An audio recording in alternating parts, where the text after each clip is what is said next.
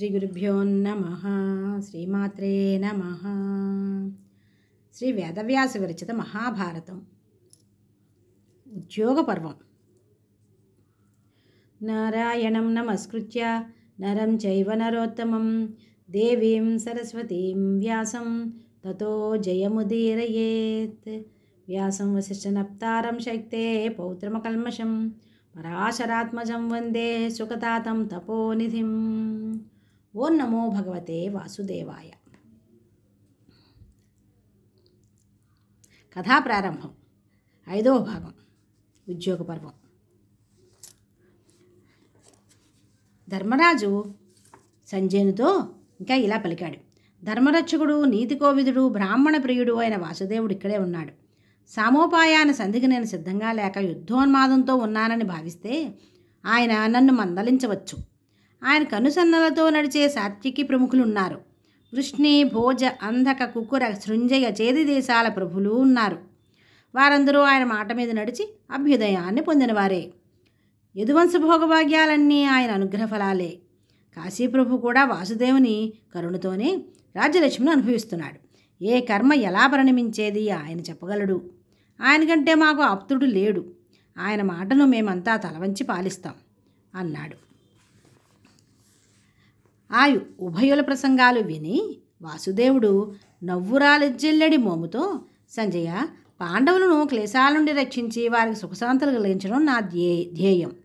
కౌరవులు కూడా సంతోషంగా ఉండాలనే గాఢవాంఛ నాకుంది. ఉభయులు శాంతిగా జీవించాలనేదే నా కోరిక. అందుకు వీరిని సంధికి సుముఖులుగా చేశాను.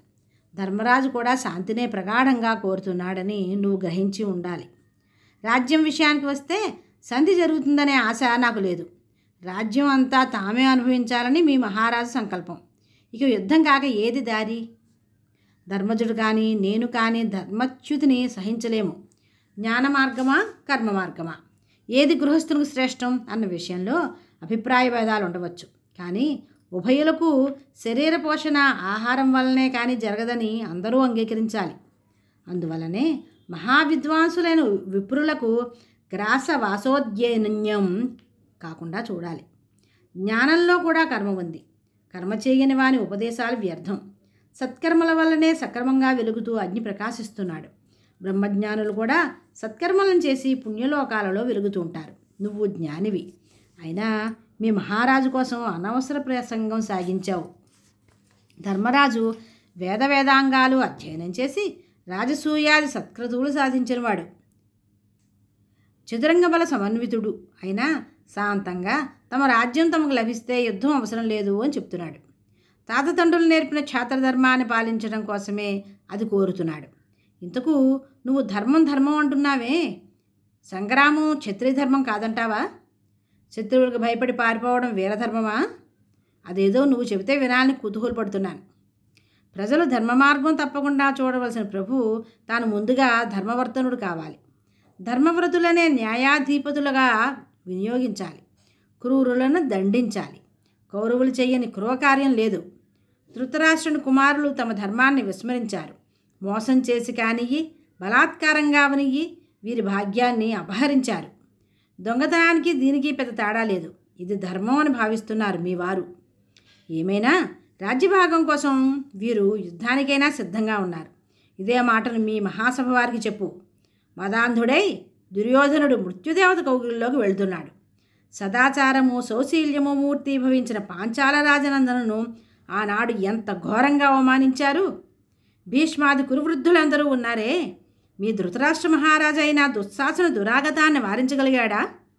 మహాసభ మధ్యంలో జరిపిన ఆ అకార్యం ఎంత హీనమైనది.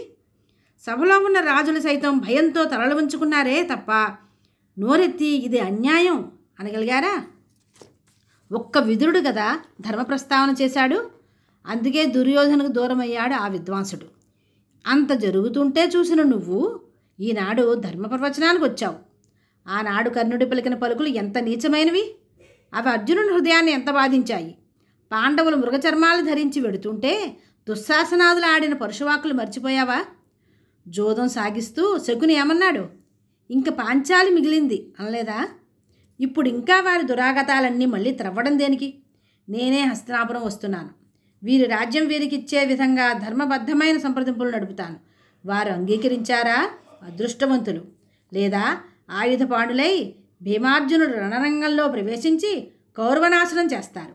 యుద్ధభూమిలోనే మా భీమసేనుడు మీ దుర్యోధనుని పరిహాసప్రసంగాలను స్మరణకు తెస్తూ చెండాడుతాడు.